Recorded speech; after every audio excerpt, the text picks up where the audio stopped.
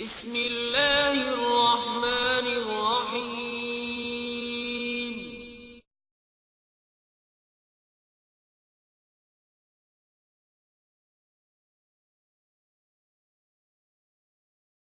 ہوئے تھے، تجارت سے واپس آئے، ابو بکر صدیق کو اطلاع ملی محمد تو رسول اللہ بن گئے ہیں، محمد ابن عبداللہ اور رسول اللہ بن گئے ہیں۔ اللہ کے نبی سے ملاقات ہوئی، رسول اللہ صلی اللہ علیہ وسلم نے ابو بکر صدیق سے کہا اللہ نے ہمیں نبوت سے سرفراز فرمایا ہے، ابو بکر ایمان لے آؤ۔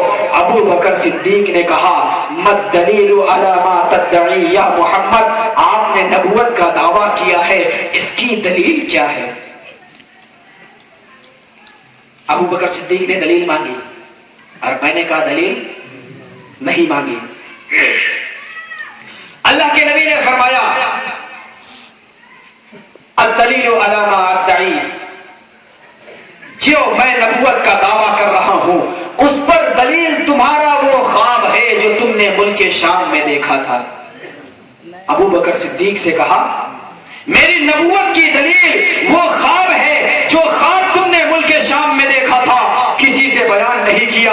ابو بکر صدیق نے کہا آپ سچ کہتے ہیں۔ ابو بکر صدیق ایمان میں داخل ہو گئے۔ ٹھیک ہے، یہ تو اللہ کے نبی نے اللہ کے بتلانے کی وجہ سے معجزے کے طور پر نبی نے بتا دیا ہے کہ ابو بکر تم نے خواب دیکھا تھا، اس خواب کی اطلاع اللہ کے علاوہ کوئی دے نہیں سکتا تھا، یہ دلیل ہے کہ میں نبی ہوں۔ لیکن میں نے تو کہا، ابو بکر صدیق نے دلیل نہیں مانگی، باقی صحابہ نے دلیل مانگی ہے۔ توجہ کریے گا، ہاں ابو بکر صدیق نے دلیل مانگی ہے، ابو بکر صدیق نے بھی دلیل مانگی ہے، لیکن ابو بکر صدیق کی جو دلیل ہے وہ محبت والی دلیل ہے، عقیدت والی دلیل ہے، نفرت والی دلیل نہیں ہے۔ ایک دلیل نفرت والی ہوتی ہے، ایک دلیل محبت والی ہوتی ہے۔ ابھی کوئی طالب علم نعت پاک یمن قبط کے اشعار پیش کر رہا تھا، یا کوئی تلاوت کرنے والا کوئی تلاوت کرے، بہت اچھی تلاوت کرے، آپ کو تلاوت اس کی پسند آ جائے، آپ دلیل پوچھتے ہیں، سوال کرتے ہیں اس کا استاذ کون ہے، اس نے پڑھا کس سے ہے؟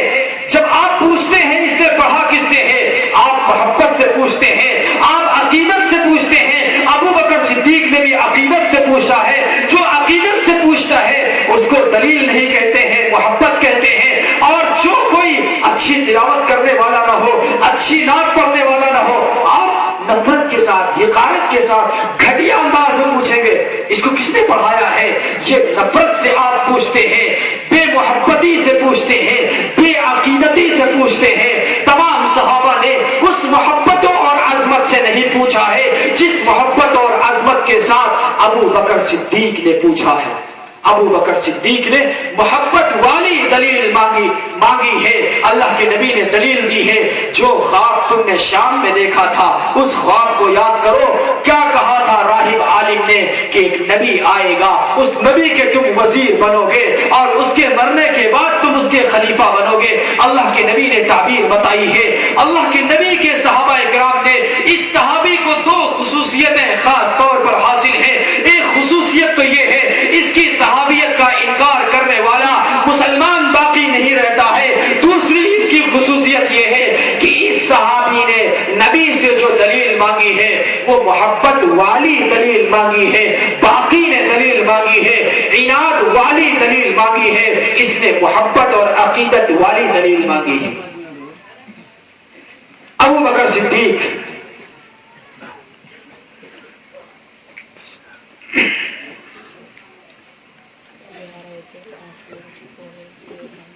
باتیں بہت سی ہیں، ذہن میں آتا ہے یہ بولیں یہ بولیں۔ ابو بکر صدیق کا نام آپ ابو بکر جانتے ہیں، بات آ گئی تو عرض کر دے رہے ہیں۔ ابو بکر صدیق کا نام آپ ابو بکر جانتے ہیں، ابو بکر صدیق کا نام ابو بکر نہیں، علماء اور طلبہ اچھے سے واقف ہیں۔ ابو بکر صدیق کا نام ابو بکر نہیں ہے، صدیق بھی نہیں ہے، ابو بکر بھی نہیں ہے، عتیق بھی نہیں ہے۔ ان کا اصلی نام عبد الکعبہ ہے۔ ایمان لانے سے پہلے ان کا نام عبد الکعبہ تھا، جب مسلمان ہوئے تو ان کا نام عبداللہ ہوا۔ کرنے والا، کعبہ کی پوجا کرنے والا، ایمان میں داخل ہوئے تو نام ان کا عبداللہ پڑا. جس طرح سے حضرت ابو ہریرہ رضی اللہ عنہ، ان کا نام ابو ہریرہ نہیں ہے، ایمان لانے سے پہلے ان کا نام عبد الشمس تھا، سورج کی پوجا کرنے والا. لیکن جب وہ ایمان میں داخل ہوئے ہیں تو اللہ کے نبی نے ان کا نام عبد الرحمن رکھا ہے کہ رحمان کی عبادت کرنے والے ہو، تم سورج کی عبادت کرنے والے نہیں ہو.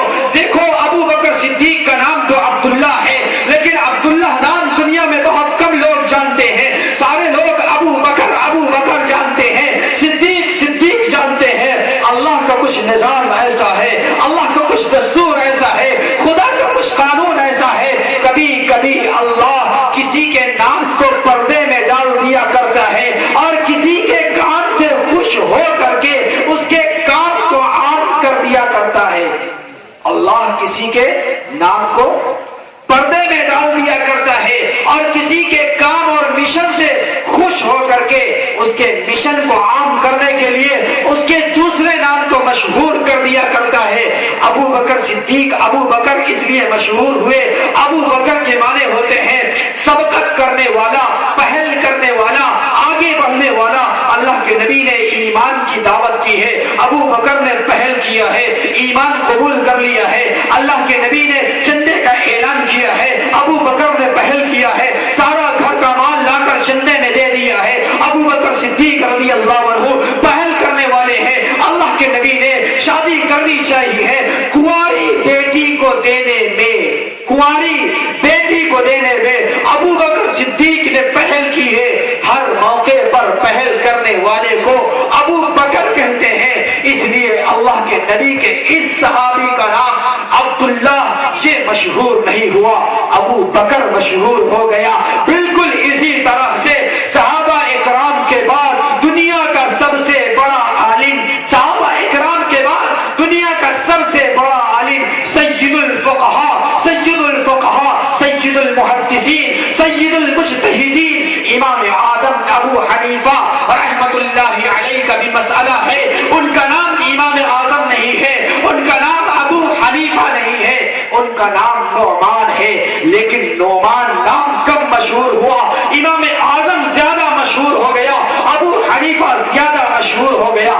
ہاں بعض لوگ کہتے ہیں کہ ابو حنیفہ کا نام ابو حنیفہ اس لیے مشہور ہوا، ابو کے معنی باپ اور حنیفہ ان کی بیٹی کا نام تھا. ابو حنیفہ کو ایک مسئلہ معلوم نہیں تھا، انہوں نے جا کر اپنی بیٹی سے کہا یہ مسئلہ بتا دیجئے. بیٹی نے کہا دیکھو ہم مسئلہ اس شرط پر بتائیں گے جب تم اپنے نام کے ساتھ ہمارا نام لگاؤ گے. ابو حنیفہ نے کہا ٹھیک ہے بیٹی مسئلہ بتاؤ. ابو حنیفہ تو مسائل میں اتنا کمزور تھا، مسئلہ پوچھنے کے لیے بیٹی کے پاس گیا تھا. بیٹی نے شرط لگا دی ہے اپنے نام کے ساتھ میرا نام جوڑو گے تب میں مسئلہ بتاؤں گا. امام اعظم ابو حنیفہ نے وعدہ کر لیا. میرے بھائیوں یاد رکھو، جاؤ تاریخ کی کتابیں پڑھ کر دیکھو کتنا جھوٹ اور فراڈ بتایا جا رہا ہے. یہ بتانے والا کون ہے جس کے آنے کا بھی چند دنوں کے بعد اعلان ہونے والا تھا، جو 29 تاریخ کو آپ کے یہاں آنے والا جرجیل تھا، اس نے اپنے بیان میں یہ بات بیان کی ہے کہ امام اعظم ابو حنیفہ کو ابو حنیفہ اس لیے کہا جاتا ہے وہ حنیفہ کے باپ ہیں، ان کی بیٹی کا نام حنیفہ تھا اس لیے ابو حنیفہ کہا جاتا ہے. ارے جاہل تجھے پتہ نہیں ہے، جا کتابوں کو پڑھ اور دیکھ. امام اعظم ابو حنیفہ کی کوئی بیٹی تھی ہی نہیں، نہ حنیفہ نام کی نہ فاطمہ نام کی. امام اعظم ابو حنیفہ کا صرف ایک بیٹا تھا جس کا نام حماد تھا. امام اعظم ابو حنیفہ کا ایک بیٹا تھا جس کا نام حماد تھا، بیٹی تھی ہی نہیں. کیسے تو نے کہہ دیا کہ بیٹی کی وجہ سے ان کا نام پڑا ہے؟ اتنا نابلد انسان ہو، اتنا نابلد انسان ہو، مسائل میں کتنی غلطی کرے گا آپ ہی جان سکتے ہیں. خیر ابھی تو اس کا نوٹس نہیں لینا ہے، بیان ہو جانے دیجئے آپ کے یہاں، پھر انشاءاللہ اس کا نوٹس لیں گے آپ کے ہاں ٹیبل لگا کر کے. اور اگر آپ حضرات اس کا ویڈیو بیان ریکارڈ کروائیں گے تو انشاءاللہ ویڈیو بیان ہم لیپ ٹاپ سے پردے پر دکھا کر کے اس کا نوٹس لیں گے انشاءاللہ.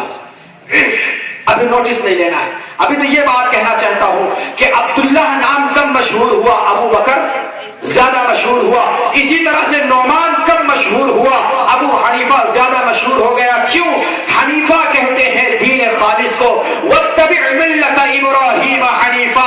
حنیفہ دین خالص کو کہتے ہیں. صحابہ اکرام کے بعد کامل و مکمل دین خالص لکھ کر کے جو امت کو پہنچانے والا ہے، جس نے شرک کو الگ کر دیا ہے، توحید کو الگ کر دیا ہے، کفر کو الگ کر دیا ہے، اسلام کو الگ کر دیا ہے، تو سنت کو الگ کر دیا ہے، بدعت کو الگ کر دیا ہے، جس نے کاٹ چھاٹ کر کے صحیح سالم خالص دین امت کو لکھ کر کے پہنچایا ہے، اسے ابو حنیفہ کہتے ہیں. چونکہ حنیفہ کہتے ہیں خالص دین کو، اور ابو حنیفہ کے معنی خالص دین والا، اس لیے اللہ نے ان کے اس نام کو مشہور کر دیا اور اصلی نام یہ کم مشہور ہو گیا، بہت کم لوگ جانتے ہیں. امام اعظم ابو حنیفہ کا اصلی نام نعمان. حنیفہ کا ایک معنی اور ہوتا ہے، حنیفہ کا معنی ہوتا ہے دوات. دوات سمجھتے ہیں؟ دوات. ابو حنیفہ دوات والا. اس نے سب سے پہلے قلم کا کام کیا ہے. اس سے پہلے تین تدوینی شکل میں از اول تا آخر ایک ایک اصول مدون اور مرتب نہیں تھا. الفاظ پہ دھیان دیجئے گا. از اول تا آخر ایک ایک اصول مدون اور مرتب نہیں تھا. سب سے پہلے جس نے اصول دین کے از اول تا آخر مکمل اصولی طور پر دین کو مدون اور مرتب کر کے دوات کے ذریعے سے کام لے کر کے امت کے سامنے پیش کیا ہے، وہ امام آدم ابو حنیفہ ہے. اس لیے ابو حنیفہ دوات والا، یعنی دوات کو کام میں لا کر کے دین کو مدون اور مرتب کر کے امت کے سامنے پیش کرنے والا. یہ ہے امام آدم ابو حنیفہ. کم سے کم اپنے امام کو تو جانو اصلی نام کیا ہے. آپ سے کوئی پوچھ لے گا. ہاں ایک اشکال ذہن میں آیا. میں پروگرام میں جلسے میں جا رہا تھا، غالباً آپ ہی کے یہاں جلسے میں آ رہا تھا 2 اگست کو. تو راستے میں لیپ ٹاپ کے اوپر ہم سن رہے تھے ڈیڑھ بالش داڑھی والے کا بیان. اب اس کا مطلب ہی نہیں کہ داڑھی کی ہم توہین کر رہے ہیں، یہ میں نے جان بوجھ کر بولا ہے. داڑھی کی توہین جان بوجھ کر نہیں، یہ میں نے لفظ جان بوجھ کر بولا ہے. داڑھی واجب ہے اور ایک مشت رکھنا واجب ہے. سنت ہے ساتھ ساتھ واجب بھی ہے. سنت کا مطلب نبی کا طریقہ ہے. سنت کا یہ مطلب نہیں چھوڑ دو تو گنہگار نہیں ہوگے، اس لیے وضاحت کر رہا ہوں، علماء موجود ہیں. سنت کا یہ مطلب نہیں جیسے آپ عصر کی سنتیں چھوڑ دیتے ہیں تو گنہگار نہیں ہوتے ہیں، عشاء کی سنتیں چھوڑ دیتے ہیں تو گنہگار نہیں ہوتے ہیں. سنت کا مطلب نبی کا طریقہ ہے، لیکن سنت نبی کے طریقے ہونے کے ساتھ ساتھ یہ واجب بھی ہے. چھوڑ دیں گے تو گنہگار ہوں گے. ایک مشت رکھیں گے، ایک مشت کے بعد کاٹیں گے، بلا ضرورت ایک مشت سے زیادہ نہیں بڑھائیں گے. کیوں؟ نبی کے عمل کو زیادہ سمجھنے والا صحابی ہوتا ہے، نبی کے عمل کو سمجھنے والا صحابی اور رسول ہوتا ہے. بخاری شریف عبداللہ ابن عمر رضی اللہ تعالیٰ عنہ نبی کی حدیث نقل فرماتے ہیں، اللہ کے نبی نے ارشاد فرمایا کہ مونچھوں کو کترواؤ اور داڑھی کو بڑھاؤ. عبداللہ ابن عمر نبی کی یہ حدیث بیان کرتے ہیں کہ داڑھی کو بڑھاؤ. پھر عبداللہ ابن عمر خود حج کرنے کے لیے مکہ مکرمہ جاتے ہیں، حج کرنے کے لیے مکہ مکرمہ حاضر ہوتے ہیں. وہاں تمام لوگوں کا مجمع موجود ہے.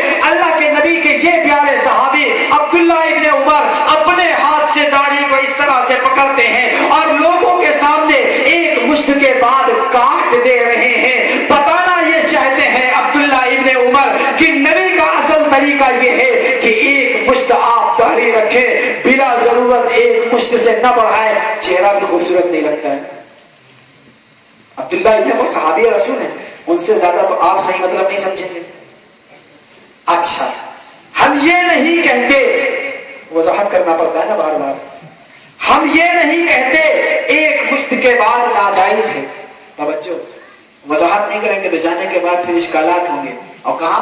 پان کی دکان پہ بیٹھ کے اور ہوٹل کی چائے کی دکان پہ بیٹھ کے. اس لیے وضاحت, ہم یہ نہیں کہتے ایک مشت کے بعد ناجائز ہے, ہم اتنا ضرور کہتے ہیں نبی کے صحابی نے ہم سے بہتر سمجھا ہے, بس نبی کے صحابی نے ہم سے بہتر سمجھا ہے. میرے بھائیوں, کیا عرض کر رہے تھے؟ جی, اللہ کبھی مشن کی وجہ سے نام کو پردے میں ڈال دیا کرتا ہے اور مشن کو عام کر دیا کرتا ہے. دیکھو ابو بکر صدیق کا نام عبداللہ یہ مشہور نہیں ہوا, ابو بکر زیادہ مشہور ہو گیا. اسی طرح سے امام اعظم ابو حنیفہ کا نام ابو حنیفہ یہ زیادہ مشہور ہو گیا اور نعمان یہ مشہور نہیں ہوا. ہاں, میں یہ عرض کر رہا تھا, سفر میں آ رہا تھا تو میں لیپ ٹاپ میں بیان سن رہا تھا. وہ کیا کہہ رہا ہے؟ امام اعظم ابو حنیفہ کیسے ہو سکتے ہیں؟ امام اعظم کا مطلب سب سے بڑا امام, سب سے بڑا امام تو اللہ کے نبی ہے. اللہ کے نبی سے بڑھ کر امام کون ہو سکتا ہے؟ تم نے امام اعظم ابو حنیفہ کو مان لیا ہے. ارے امام اعظم سب سے بڑا امام تو اللہ کے نبی ہے, تم نے نبی سے بڑا امام بھی امام اعظم کو مان لیا ہے. میں نے کہا بے وقوف, چغل, پاگل, دیوانے, جانے انجانے, اپنے دیوانے, نئے پرانے سیانے, تجھے کچھ پتا بھی ہے؟ اگر تو یہ کہے گا وزیر اعظم تو کیا مطلب, تم نے وزیر اعظم کہہ کر کے ان کو نبی سے بڑا مان لیا ہے. تم کہو گے وزیر اعلیٰ, کیا نبی سے بڑا مان لیا ہے؟ یو پی میں تم اکھلیش کو بولتے ہو, وہ بھی بولتا ہوگا وزیر اعلیٰ, تو کیا مطلب اکھلیش کو اس نے محمد صلی اللہ علیہ وسلم سے بڑا مان لیا ہے؟ آپ کہتے ہیں صدیق اکبر سب سے بڑا صدیق, تو کیا وہ اللہ سے بڑے صدیق, اللہ کے نبی سے بڑے صدیق ہیں؟ اللہ کے نبی سے بڑے وہ صدیق ہیں. ابو بکر صدیق ہے, صدیق اکبر ہے, لیکن نبی سے بڑے صدیق نہیں ہے. عمر فاروق اعظم فاروق ہے, صحابہ میں فاروق اعظم ہے, سب سے بڑے فاروق ہے, لیکن نبی سے بڑے فاروق نہیں ہے. بالکل اسی طرح سے سارے صحابہ میں صدیق اکبر ابو بکر صدیق ہے, سارے صحابہ میں فاروق اعظم عمر بن خطاب ہے. صحابہ کرام کے بعد امت میں امام اعظم سب سے بڑے امام, دین کے ماہر امام اعظم ابو حنیفہ ہے. یہ مطلب نہیں کہ صحابہ سے بڑے ہوئے ہیں, یہ مطلب نہیں کہ اللہ کے نبی سے بڑے ہوئے ہیں. نبی اور صحابہ کے بعد جو علماء ہیں ان علماء میں امام اعظم ابو حنیفہ رحمت اللہ علیہ. اب دیکھیے آپ کو کیسا دھوکہ دیتے ہیں, دھوکہ ہے کہ نہیں؟ جب آپ سے کہیں نبی سے بڑا مان لیا, کیسے آپ نبی سے بڑے ہو سکتے ہیں؟ آپ دل میں سوچیں گے بات تو صحیح ہے, نبی سے بڑا ہم نے کیسے کہہ دیا؟ نبی تو سب سے بڑے ہیں, اور نبی کی محبت ہر مومن کے دل میں ہوتی ہے.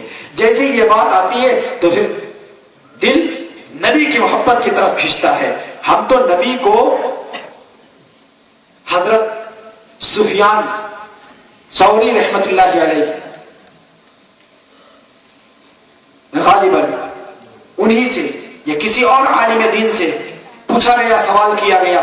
سوال کرنے والے نے پوچھا کہ آپ بتائیے, ایک طرف حضرت معاویہ رضی اللہ عنہ ہیں, جو معاویہ رضی اللہ عنہ علی المرتضی رضی اللہ عنہ سے جنگ کرنے والے ہیں. توجہ, جو علی المرتضی رضی اللہ عنہ سے جنگ کرنے والے ہیں. حضرت علی بھی صحابی, معاویہ بھی صحابی. پوچھنے والا پوچھ رہا ہے, ایک طرف حضرت معاویہ رضی اللہ عنہ یہ صحابی رسول ہیں, دوسری طرف حضرت عمر ابن عبد العزیز رحمت اللہ علیہ ہیں, جن کو عمر ثانی یعنی دوسرا عمر کہا جاتا ہے. جس طرح سے حضرت عمر کے زمانے میں عدل و انصاف بہت عام تھا, اسی طرح سے عمر ابن عبد العزیز کے زمانے میں عدل و انصاف بہت عام تھا. یہاں تک مشہور ہے کہ ان کے عدل و انصاف کی وجہ سے بھیڑ اور بکری ایک جگہ آ کر پانی پیا کرتے تھے. پوچھنے والا پوچھ رہا ہے, بتاؤ معاویہ کا مقام رضی اللہ عنہ, بتاؤ معاویہ کا مقام زیادہ ہے یا عمر ابن عبد العزیز کا مقام زیادہ ہے؟ جواب ملا کہ حضرت معاویہ رضی اللہ عنہ جس گھوڑے پر سوار ہو کر کے نبی کے ساتھ میں جس گھوڑے پر سوار ہو کر کے جنگ کی ہے, اور میدان جنگ کا گرد و غبار اڑ کر کے اس گھوڑے کے نتنوں میں جو گرد و غبار گیا ہے, وہ گرد و غبار ایک طرف رکھو اور عمر ابن عبد العزیز کو ایک طرف رکھو. عمر ابن عبد العزیز اس کے گرد کر سکتا. یہ تو صحابی کہ گھوڑے کے نتنوں میں جانے والا گرد و غبار ہے. میں تو کہتا ہوں ایک ادنا سے ادنا صحابی، توجہ کریں، صحابی کوئی ادنا ہوتا ہی نہیں، سب اعلیٰ ہوتے ہیں، لیکن سارے صحابہ ایک جگہ رکھیں، اللہ کے نزدیک اس میں جو سب سے کم مقام والا ہو، اس اعتبار سے ادنا سے ادنا صحابی لاؤ، اور اربوں خربوں اللہ کے ولی امام اعظم سے زیادہ تقوی طہارت والے، عمر ابن عبد العزیز سے زیادہ عدل و انصاف والے خربوں کی تعداد میں لا کر رکھو، لیکن صحابہ کے مقام کو نہیں پا سکتے. کیوں؟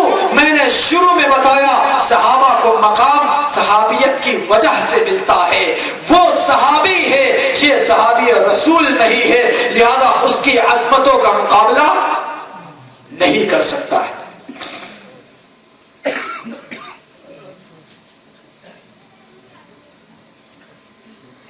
صحابہ کی عظمتوں کے ہم قائل ہیں، سب کو جنتی مانتے ہیں، سارے صحابہ کو محفوظ مانتے ہیں. توجہ، خلاصہ، سارے صحابہ کو محفوظ مانتے ہیں. یعنی اگر خدا نخواستہ امت کی تعلیم کے لیے یا جس وجہ سے بھی ان سے کوئی گناہ ہوا تو اللہ نے ان کے توبہ کی برکت سے ان کے گناہ کو ختم فرما دیا اور ان کے جنتی ہونے کا قرآن نے اور اللہ کی رضا کا فیصلہ قرآن نے کر دیا.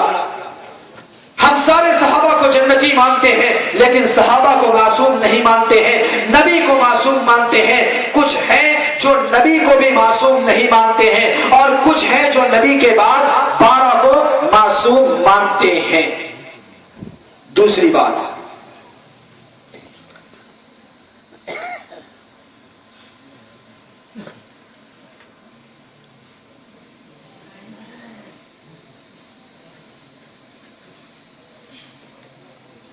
جی عظمت صحابہ کے عنوان سے جلسہ بہت قیمتی عنوان ہے، بہت قیمتی عنوان ہے، بہت ہی قیمتی عنوان ہے. کیوں؟ نبی اور ہمارے درمیان دین میں واسطہ، نبی اور ہمارے درمیان دین میں واسطہ یہ صحابہ ہی ہے.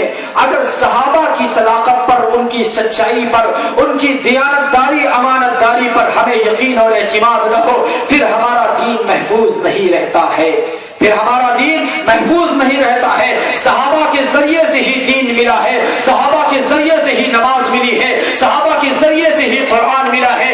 اگر صحابہ کو قابل اعتماد نہیں مانو گے تو پھر دین محفوظ نہیں رہے گا. صحابہ کو قابل اعتماد ماننا پڑے گا، اور صحابہ کو تو قابل اعتماد اللہ کے قرآن نے قابل اعتماد مانا ہے. اللہ کا قرآن ان کو قابل اعتماد مانتے ہوئے کہتا ہے کہ اس طرح سے ایمان لاؤ جیسے صحابہ ایمان لائے ہیں، اس طرح سے ایمان لاؤ جیسے صحابہ ایمان لائے ہیں. صحابہ کے ایمان کو معیار بنایا ہے اللہ نے قرآن میں کہ صحابہ جیسا ایمان لاؤ تو تمہارا ایمان معتبر ہے. اگر صحابہ جیسے ایمان نہیں اور صحابہ جیسے اعمال نہیں، نہ ایمان معتبر ہے نہ اعمال معتبر ہے. اعمال وہی معتبر جو صحابہ والے ہیں، ایمان وہی معتبر جو صحابہ والے ہیں. ایک سوال آیا، یہ بات ہم عرض کر چکے ہیں لیکن شاید عرض کر چکے ہیں، مجھے یاد نہیں ہے، پہلے جلسے میں کر چکے ہیں. اس جلسے میں غالباً کہ مصافحہ ایک ہاتھ سے یا 2 ہاتھ سے، میں نے بتایا تھا بخاری شریف میں امام بخاری رحمت اللہ علیہ نے باقاعدہ ایک ہیڈنگ قائم کی ہے، باب الاخذ بالیدین، 2 ہاتھوں سے مصافحے کا بیان. موٹی موٹی سرخی لکھی ہوئی ہے، بخاری پڑھنے والوں کو وہ موٹی موٹی سرخی بھی نظر نہیں آتی ہے. امام بخاری رحمت اللہ علیہ اوپر ہیڈنگ قائم کرتے ہیں، سرخی قائم کرتے ہیں. پہلے باب المصافحہ آتا ہے، اس کے بعد نیچے آتا ہے باب الاخذ بالیدین، 2 ہاتھ سے مصافحہ کرنے کا بیان. آگے وہ حدیث لکھتے ہیں عبداللہ ابن مسعود رضی اللہ عنہ کی.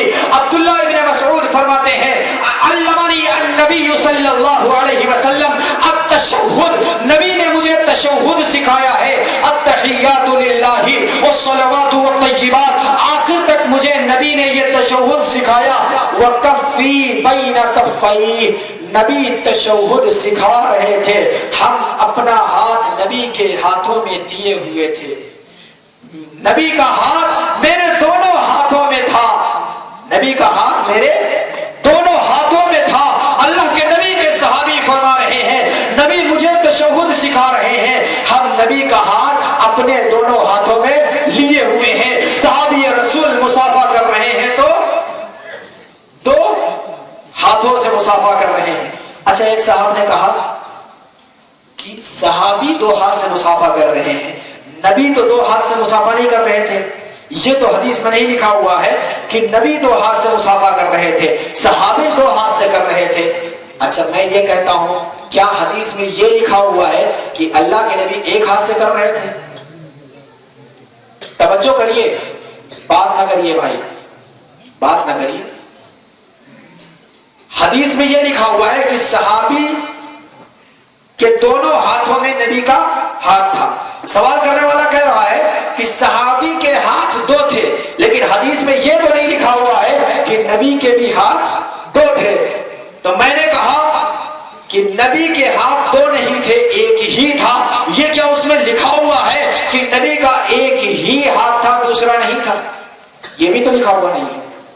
جب صحابی دو ہاتھ سے مصافحہ کر رہے ہیں، اگر مصافحہ ایک ہاتھ سے ہوتا اللہ کے نبی منع فرما دیتے ایک ہاتھ ہٹا لو۔ دیکھو عبداللہ ابن مسعود، اے صحابی رسول میں ایک ہاتھ سے مصافحہ کر رہا ہوں، تم بھی ایک ہاتھ سے مصافحہ کرو۔ اللہ کے نبی عبداللہ ابن مسعود کو منع فرما دیتے۔ عبداللہ ابن مسعود رضی اللہ عنہ دونوں ہاتھوں سے مصافحہ کیے ہوئے ہیں، حدیث میں بالکل نہیں لکھا ہوا ہے کہ نبی کا ایک ہی ہاتھ تھا یا نبی نے اللہ کے نبی نے صحابی رسول کو منع فرمایا کہ دو ہاتھ سے مصافحہ غلط ہے، ایک ہی ہاتھ سے مصافحہ کرو۔ یہ تو یہودیوں کا فیشن ہے، دیکھا دیکھی آیا، جہاں کھڑے ہوئے ایک ہاتھ بڑھا دیا، جہاں کھڑے ہوئے ایک ہاتھ بڑھا دیا۔ یہ سب تو کالج کا فیشن ہے، یہ اسکول کا اور بازاروں کا اور دکانوں کا اور ہوٹلوں کا اور چوراہوں کا یہ فیشن ہے کہ ملاقات ہوئی تو ایک ہاتھ سے ملاقات اور مصافحہ کر لیا۔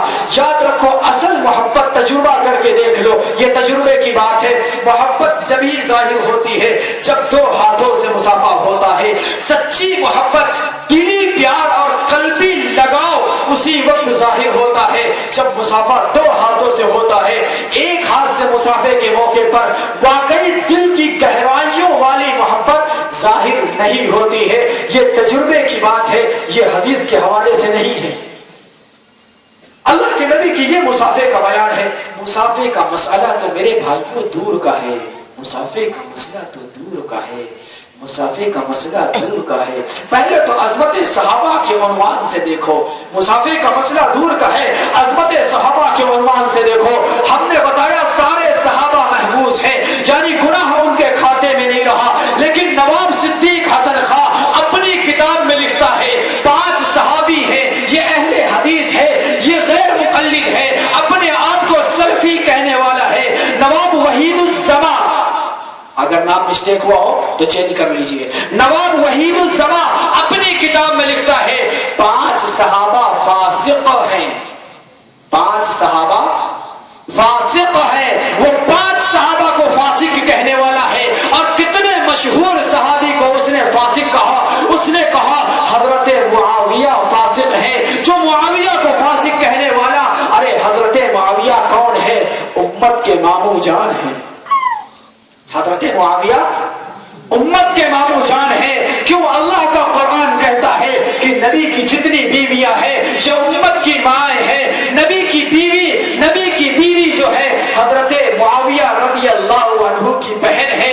جو حضرت معاویہ یہ نبی کے برادر نسبتی ہے، حضرت معاویہ یہ نبی کے صالح ہیں، ہماری اور آپ کی امی جان کے بھائی ہیں، یہ امت کے ماموں جان ہوئے، جس کے بارے میں قرآن کہتا ہے بِأَيْدِي سَفَرَةٍ كِرَامٍ بَرَرَةٍ، جس معاویہ کے ہاتھ معزز ہیں، عزت والے ہیں، صاف ستھرے ہیں، پاکیزہ ہیں، جس کے ہاتھوں کی پاکیزگی کو، جس کے ہاتھوں کی کرامت اور بزرگی کو قرآن نے بیان کیا ہے، اس معاویہ کو یہ نواب وحید الزما اہل حدیث عالم فاسق کہنے والا ہے، یہ 5 صحابہ کو فاسق کہنے والا ہے۔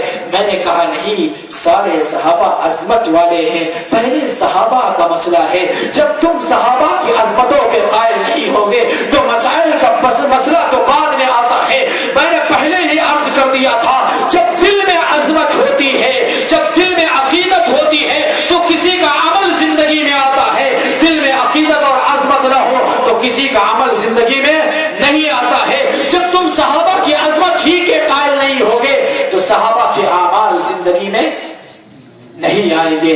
پہلے صحابہ کی عظمت کو اپنے دلوں میں بٹھاؤ، پہلے صحابہ کی عظمت کو اپنے دلوں میں بٹھاؤ۔ اچھا ہاں، میرے جانے کے بعد کچھ لوگ کہیں گے مفتی صاحب فلاں عالم کا حوالہ دے کے گئے، نواب وحید الزماں حیدرآبادی کا حوالہ دے کے گئے، نواب صدیق حسن خان بھوپالی قنوجی کا حوالہ دے کر کے گئے۔ ہم تو ان کو نہیں مانتے ہیں، ہم اللہ رسول کو مانتے ہیں۔ ہم کسی نہ نواب کو مانتے، نہ امام کو مانتے، نہ عالم اور علامہ کو مانتے۔ ہم تو کسی کو بھی نہیں مانتے ہیں، ہم اس کو بھی نہیں مانتے ہیں، ہم اللہ رسول کو مانتے ہیں۔ ہماری بات کرو۔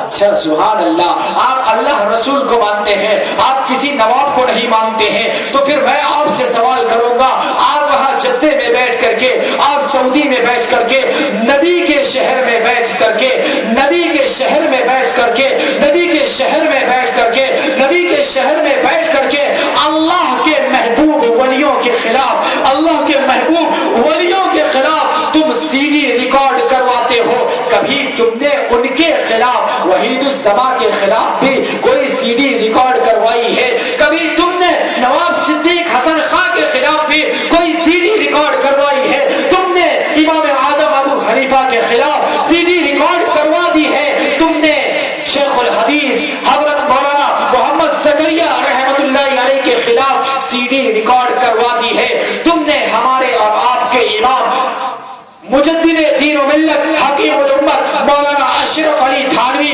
رحمت اللہ علیہ کے خلاف تم نے سی ڈی ریکارڈ کروا دی ہے۔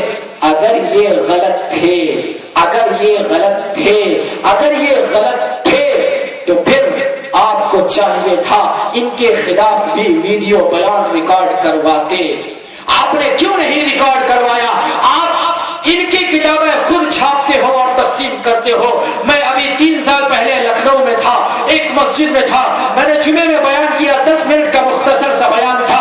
میں نے عرض کیا کہ دیکھو اللہ کے نبی صلی اللہ علیہ وسلم، ایک نیا عنوان میری زبان سے ایک نئی بات نکل گئی جو وسیع عنوان تھا، ایک لفظ میں وہ بات سمجھ میں آنے والی نہیں تھی۔ میں نے عرض کیا اللہ کے نبی صلی اللہ علیہ وسلم معراج میں تشریف لے گئے، اتنا لمبا سفر اللہ کے نبی صلی اللہ علیہ وسلم نے کیا، اور کتنے قلیل عرصے میں، چند لمحات میں، لیلن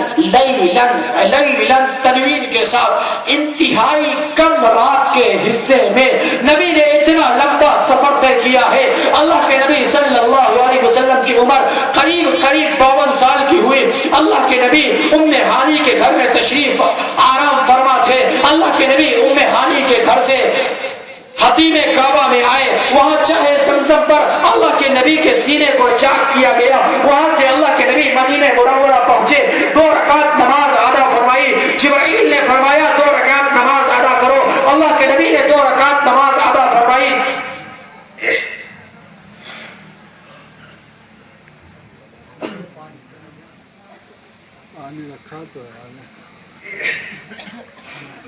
اللہ کے نبی مدینہ طیبہ پہنچے، 2 رکعت نماز ادا فرمائی، وہاں سے اللہ کے نبی چلے، نبی صلی اللہ علیہ وسلم مدین پہنچے، جبرائیل نے فرمایا 2 رکعت نماز ادا کرو، نبی نے 2 رکعت نماز ادا فرمائی۔ اللہ کے نبی طور سینہ پہنچے، جہاں اللہ کے نبی موسیٰ کلیم اللہ اللہ سے بات کیا کرتے تھے۔ اللہ کے نبی نے فرمایا 2 رکعت نماز ادا کرو۔ توجہ کریں بھائی، توجہ کریں۔ اللہ کے نبی صلی اللہ علیہ وسلم طور سینہ سے چلے، بیت اللحم پہنچے، جہاں عیسیٰ علیہ السلام پیدا ہوئے تھے۔ اللہ کے نبی نے 2 رکعت نماز ادا فرمائی۔ نبی بیت المقدس پہنچے، ادھر سے جاتے ہوئے یا ادھر سے آتے ہوئے نبی نے 2 رکعت نماز ادا فرمائی۔ اللہ کے نبی نے اتنا لمبا سفر طے کیا ہے، اللہ کے نبی نے اتنا لمبا سفر طے کیا ہے، ہمارا اور آپ کا 77.5 کلومیٹر دوری کا سفر ہوتا ہے تو نماز آدھی ہو جاتی ہے، ہمارا اور آپ کا 77.5 کلومیٹر یا اس سے زیادہ کا سفر ہوتا ہے تو نماز 4 والی 2 ہو جایا کرتی ہے، لیکن 2 والی 1 نہیں ہوتی ہے، 3 والی 1.5 نہیں ہوتی ہے، 4 والی 2 تو ہو جاتی ہے، 3 والی 1.5 نہیں ہوتی ہے، 2 والی 1 نہیں ہوتی ہے۔ معلوم ہوا سفر کتنا بھی لمبا ہو، کتنی بھی دشواری ہو، نماز 2 رکعت سے کم ہوتی ہی نہیں ہے، لہذا وتر کی نماز بھی 1 رکعت نہیں ہے، وتر کی نماز بھی 3 رکعت ہے۔ اللہ کے نبی اتنا لمبا سفر طے کر کے گئے ہیں، اگر 1 رکعت نماز پڑھنی جائز ہوتی اللہ کے نبی 1 رکعت نماز ادا کر لیتے۔ نبی تو ہر جگہ پر 2 رکعت نماز ادا کر رہے ہیں، تمام نبیوں کی امامت کر رہے ہیں، تب بھی 2 رکعت ادا کر رہے ہیں۔ معلوم ہوا 2 رکعت سے کم نماز نہیں ہوتی ہے۔ جو 2 رکعت سے کم بلکہ وتر 3 کی جگہ 1 پڑھتے ہیں، ان کا 3 کی جگہ 1 پڑھنا صحیح نہیں ہے۔ میں نے یہ بات بیان کی، وہاں پر ایک اہل حدیث نوجوان کھڑا تھا جو پہلے بریلوی تھا، سعودی جانے کے بعد جس وجہ سے بھی کیسے اللہ عالم وہاں جا کر کے وہ حدیث پر عمل کرنے والا نہیں، اہل حدیث یعنی حدیث کا انکار کرنے والا، وہ غیر مقلد وہاں جا کر کے بن گیا۔ مجھ سے کہنے لگا مولانا منتخب حدیث میں لکھا ہوا ہے، منتخب احادیث میں لکھا ہوا ہے، اس میں آپ کی کتاب میں لکھا ہوا ہے کہ وتر 1 رکعت ہے۔ میں نے کہا سبحان اللہ، لائیے دکھائیے۔ کہنے لگے ہے مجھے سعودی میں دکھایا تھا۔ میں نے کہا سعودی میں دکھایا تھا تو مجھے بھی دکھاؤ۔ گیا، رات بھر کتاب رکھا، صبح کہہ رہا مل نہیں رہی ہے۔ میں نے کہا فون کر کے معلوم کرنا۔ آج تک فون نہیں ہو پایا، 3 سال ہو رہے ہیں، آج تک فون نہیں ہے۔ کہنے لگے میں بلاؤں گا، آپ کو دکھاؤں گا، کتاب میں ہے 3 بھی صحیح 1 بھی صحیح۔ میں نے کہا چلو کچھ تو نرم کیا نا، 3 بھی صحیح 1 بھی صحیح۔ اب تو تم پھنسے، جب میں کہتا ہوں چاروں امام صحیح تو کہتے ہو 1 ہی صحیح ہوگا، 4 نہیں صحیح ہو سکتے ہیں۔ کیسے تم نے کہا 3 بھی صحیح 1 بھی صحیح؟ یا تو 3 صحیح یا 1 صحیح، کیونکہ تمہارا خود اصول ہے، تمہارا خود کہنا ہے صحیح 1 ہی ہو سکتا ہے، 1 سے زیادہ صحیح نہیں ہو سکتے ہیں۔ اگر 2 صحیح ہو سکتے ہیں، 1 بھی صحیح 3 بھی صحیح تو 4 امام بھی صحیح۔ گیا دوسرے کو بلا کے لایا، ماشاءاللہ الحمدللہ بلا کے لایا، اعلیٰ حضرت ادنا حضرت پہنچے۔ اتفاق سے اس وقت ہم لنگی بنیان میں ہی تھے۔ اب کچھ ادب سلیقہ ہو کہ گھسے چلے آؤ، اتنے طریقہ نہیں معلوم، گھسے چلے آئے، چلو بھائی بیٹھ جاؤ۔ میں نے کہا لنگی بنیان میں آج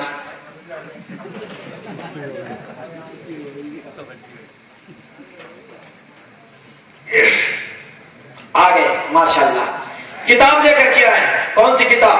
اسی نواب وحید الزما کی کتاب لے کے آئے۔ میں نے جو بات نقل کی کس وجہ سے کہی کہ انہی کی کتاب لیے پھرتے ہیں نا، اسی نواب وحید الزما کی کتاب بخاری شریف کا ترجمہ لے کر کے آئے حضرت جی میرے سامنے۔ وہ کتاب ہے تو تقریباً ترجمے والی 8 جلدوں میں، لیکن اس کی 1 جلد لے کر کے آئے جس میں وتر والا بیان تھا، وتر والی جس میں بات تھی وہ والی جلد چھانٹ کر کے لے کر کے آئے۔ میں نے کہا اچھی بات ہے، بیٹھ گئے۔ حضرت آپ نے کہا ہے کہ وتر 1 رکعت نہیں 3 رکعت۔ میں نے کہا ہاں بخاری میں لکھا ہوا۔ میں نے کہا سبحان اللہ، آپ بخاری کھولیے۔ جناب والا بخاری کھولتے ہیں اور اردو پڑھ کے سنا رہے ہیں۔ بخاری کھولنے کے بعد اردو پڑھ کے سنا رہے ہیں۔ عالم ہوں، کچھ تو عربی آتی ہی ہے۔ اللہ کے نبی کی حدیث عربی میں ہوگی، عربی الفاظ پڑھیے، خوب مشہور کرتے ہیں۔ عربی الفاظ میں کہیں نہیں لکھا ہوا ہے 1 رکعت وتر۔ اس جگہ پر میں یہ نہیں کہہ رہا ہوں کسی بھی کتاب میں وہ واقعہ سنا رہا ہوں، وہ جواب تو بات کی بات ہے، اس میں یہ نہیں لکھا ہوا ہے 1 رکعت وتر۔ اب ترجمے میں لکھا ہوا ہے 1 رکعت وتر۔ اب مجھے ترجمہ سنا رہا ہے۔ میں نے اس سے پہلے وہ کتاب نہیں پڑھی تھی، کہ اس میں 1 رکعت وتر ہے. میں نے کہا آپ کا احسان، کتاب لے کے آ گئے. 1 رکعت وتر کا ترجمہ کیا ہوا ہے. کہہ رہا کیوں، کیا ترجمہ صحیح نہیں ہے؟ میں نے کہا بالکل اسی کے اوپر آؤ بات کر لیتے ہیں. آپ فیصلہ کرو وحید الزما کا ترجمہ صحیح ہے یا نہیں. فیصلہ کرو. اگر وحید الزما کا ترجمہ تم صحیح مانتے ہو، وحید الزما کا ترجمہ صحیح مانتے ہو، تو میں اس کی کتابیں کھول کر رکھتا ہوں، اس کے مسئلے پر تم عمل کرو. کتابیں کھول کر کے میں رکھتا ہوں، اس کے مسئلے پر تم عمل کرو. اس نے تقریباً 5 منٹ 10 منٹ تک کتاب ہوگی، یہ حدیث وہ حدیث، یہ حدیث وہ حدیث. بالآخر ایک حدیث کھول کر رکھی، کہا مولانا پڑھیے. میں نے ترجمے کو ہاتھ سے بند کیا اور میں نے عربی حدیث پڑھی، اور پھر میں نے کہا اگر آپ اجازت دیں تو میں ترجمہ کر دوں. میں نے ترجمہ کیا. میں نے کہا بتاؤ 3 بنتی ہے کہ 1 بنتی ہے؟ خاموش کہہ رہے مولانا اس میں نہیں ہے، نسائی شریف میں لکھا ہوا ہے. میں نے کہا ہاں آپ سے دھوکہ بہت ہوتا ہے، کتاب یہی دھوکے میں لے کے چلے آئے نا. آپ کو پتا نہیں تھا اس میں لکھا ہوا، یہاں لانے کے بعد پتا چلا اس میں لکھا ہوا ہے. میں نے کہا کوئی بات نہیں، آپ جائیے وہ کتاب لے کر کے آئیے. پہلے آ کر کے کہہ رہا ہے ارے مولانا آپ کی کیا اوقات ہے، مولانا انوار صاحب آپ کے علاقے میں بڑا جو مشہور ہے وہ ہم سے بات نہیں کر سکے، آپ کیا کریں گے؟ میں نے کہا میں ان کو تو نہیں جانتا، میں ان کے سامنے بچہ ہوں. جب آپ اس بچے سے بات نہیں کر سکتے ہیں تو ان بڑوں سے کیا بات کریں گے؟ پریشان ہونے کے بعد کہتا ہے مولانا آپس میں بات کرنے سے بحثہ بحثی ہوتی ہے، ایسا کریں ہماری اور آپ کی تحریری بات ہوگی، آپ لکھ کر ہمیں جواب دیں، ہم لکھ کر آپ کو جواب دیں گے، آپ لکھ کر ہم سے سوال کریں، ہم آپ سے لکھ کر سوال کریں. میں نے کہا جاؤ، زندگی بھر کے لیے تمہارے لیے موت، زندگی بھر کے لیے تمہارے لیے موت. 1 سوال کا جواب دو، 1 لاکھ روپیہ انعام. اور مسئلہ اہل حدیث قبول، اور اسی کے مبلغ، اسی کی ترجمانی. 1000 سوال تو بعد میں ہوں گے. اور اتنا آسان سوال، اتنا آسان سوال، آپ بھی سوچیں گے سوال ہے. میں نے کہا جاؤ، زیادہ بڑی بات پوچھنے کی کوئی ضرورت نہیں. ارے وتر کی نماز کا مسئلہ تو بعد میں آئے گا، اس سے پہلے آپ عشاء کی فرض نماز ادا کرو گے نا، تب تو وتر کی نماز کا مسئلہ آئے گا. عشاء کی فرض نماز کے لیے کھڑے ہوگے، عشاء کی فرض نماز کے لیے کھڑے ہوگے تو امام کے پیچھے فاتحہ پڑھنے کا مسئلہ بعد میں آئے گا. امام کے پیچھے زور سے آمین کہنے کا مسئلہ بعد میں آئے گا. امام کے پیچھے رفع الیدین کرنے کا مسئلہ، گھوڑے کے دموں کی طرح سے ہاتھ ہلانے والا مسئلہ، یہ تو بعد میں آئے گا. سب سے پہلے مسئلہ یہ آئے گا کہ بتاؤ اللہ اکبر کہا جائے یا نہ کہا جائے. میرا سوال نوٹ کرو.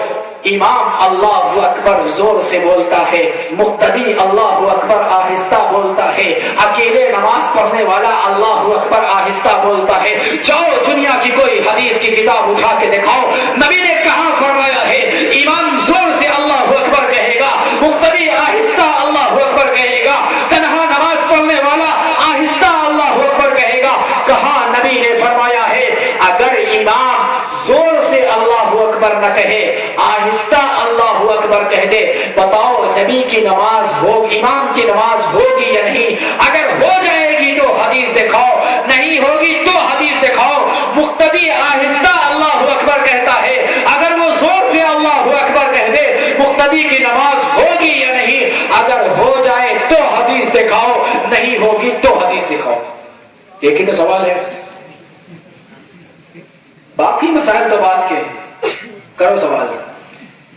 ابھی فی الوقت تقریباً 60,000 روپے تو پڑے ہوئے ہیں، 40,000 روپے ان لوگوں سے ملا کر کے انشاءاللہ 1 لاکھ پورے کر دیں گے. تو جواب بات کا مسئلہ آئے گا آمین ہے کہ نہیں ہے. فاتحہ نماز شروع کر کے تو دکھاؤ. نماز شروع ہی نہیں کر پا رہے ہو، محتاج ہو محتاج ہو. جب تک اماموں کی نہیں مانو گے، جب تک فقہا کی نہیں مانو گے، مسئلہ آپ کو نہیں مل سکتا ہے. امام نے بتایا ہے، فقیہ نے بتایا ہے، مجتہد نے بتایا ہے، دین کے ماہر نے بتایا ہے، قرآن و سنت کے سمندر میں غوطہ لگانے والے نے بتایا ہے، قرآن و سنت کی گہرائیوں سے مسائل کے استنباط کرنے والے نے بتایا ہے. جس کو قرآن نے مسئلہ مستنبط کرنے کا حق دیا ہے، اس حقدار نے اپنا حق استعمال کر کے مسئلہ بتایا ہے. امام زور سے کہے گا، مقتدی آہستہ کہے گا. آپ کو یہ مسئلہ حدیث میں کلیئر صاف ملنے والا نہیں. ہاں میں نے ایک شرط اور لگائی، وہ بھی نوٹ کر لیں۔ میں نے کہا آپ کہتے ہو ہم اللہ رسول کے علاوہ کسی کی نہیں مانتے، اور ساتھ ساتھ ذاکر نائک صاحب اپنی کتاب میں بار بار کہتے ہیں۔ ایک صاحب نے، کسی نے سوال کیا، وہ کہہ رہے ہیں کہ ہمارے چند مسلمان دوست ہیں، غالباً ہندو سوال کرنے والا ہے، غالباً غیر مسلم سوال کرنے والا ہے، کہ ہمارے چند مسلمان دوست ہیں، ایک کسی طرح سے نماز پڑھتا ہے، دوسرا کسی طرح سے نماز پڑھتا ہے۔ ذاکر نائک سے سوال کیا جا رہا، میرے لیپ ٹاپ میں موجود ہے، آپ کہو تو میں اب بھی دکھا دوں۔ ذاکر نائک سے سوال ہو رہا ہے، ایک کسی طرح نماز پڑھ رہا ہے، دوسرا کسی طرح سے نماز پڑھ رہا ہے، اگر میں مسلمان بنوں تو کس طرح کی نماز پڑھوں گا؟ ذاکر نائک جواب دے رہا ہے، پہلے تم مسلمان تو بنو۔ میں نے کہا اتنا جواب تو اچھا ہے۔ آگے کہہ رہا ہے جب نماز پڑھنے کا مسئلہ آئے گا تو تم قرآن کھول کر کے دیکھنا۔ یہ قرآن ہاتھ میں اٹھایا، اس قرآن کو پڑھنا اور پھر اللہ کے نبی کی صحیح حدیث کو پڑھنا، قرآن ماننا اور صحیح حدیث ماننا۔ میں نے کہا دنیا کی کوئی ایک حدیث پڑھو، دنیا کی کوئی ایک حدیث پڑھو، دنیا کی کوئی ایک حدیث پڑھو جس میں اللہ کے نبی نے فرمایا ہو کہ صحیح حدیث ماننا۔ دنیا کی کوئی ایک حدیث پڑھو جس میں نبی نے فرمایا ہو کہ صحیح حدیث پڑھنا۔ اچھا ٹھیک ہے، جب آپ کہو گے یہ صحیح حدیث ہے، دیکھو بخاری میں لکھا ہوا ہے اللہ کے نبی نے رفع یدین کیا ہے، دیکھو صحیح ابن خزیمہ میں لکھا ہوا ہے اللہ کے نبی صلی اللہ علیہ وسلم نے سینے کے اوپر ہاتھ باندھا ہے، دیکھو ترمذی شریف میں لکھا ہوا ہے اللہ کے نبی نے آہستہ سے آمین نہیں کہی ہے، نبی نے زور سے آمین کہی ہے۔ آپ ان کتابوں کو کھول کر دکھاؤ گے اور بولو گے حدیث صحیح ہے، حدیث صحیح ہے، حدیث صحیح ہے۔ میرا سوال، یہ حدیث کو صحیح تمہارے باپ نے کہا ہے یا اللہ کے نبی نے کہا ہے؟ اگر کہو گے حدیث کو صحیح کہنے والے امام بخاری ہیں تو وہ تو امام ہے، نبی نہیں ہے۔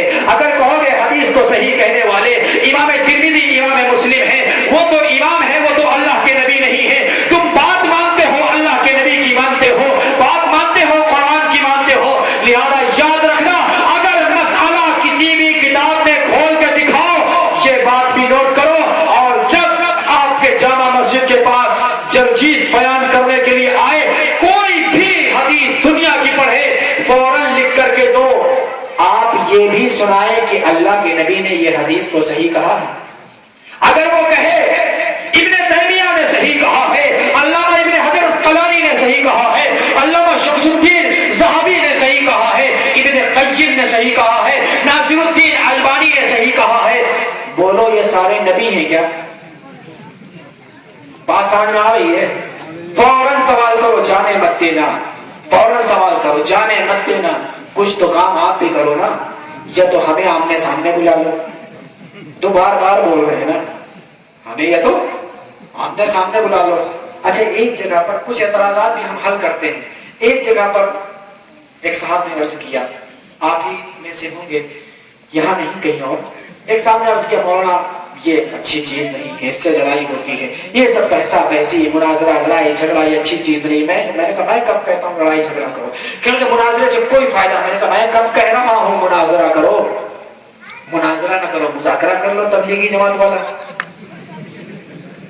مناظرہ نہ کرو ہماری تبلیغی جماعت، یہ بھی بول دیں ہماری تبلیغی جماعت کا مذاکرہ کر لو، اگر مناظرہ نہ کرو، لیکن سمجھ تو لو، سمجھنے سے کون انکار کرتا ہے؟ سمجھو گے نہیں پھر کیسے عمل کرو گے؟ انہوں نے کہا کہ مناظرے سے کوئی فائدہ نہیں ہوتا ہے۔ میں نے کہا جاؤ، کہنے لگے فلاں عالم صاحب بھی کہہ رہے تھے، توجہ کریے، فلاں عالم صاحب بھی کہہ رہے تھے، فلاں صاحب بھی کہہ رہے تھے، فلاں صاحب بھی کہہ رہے تھے، مناظرے سے کوئی فائدہ نہیں ہوتا ہے۔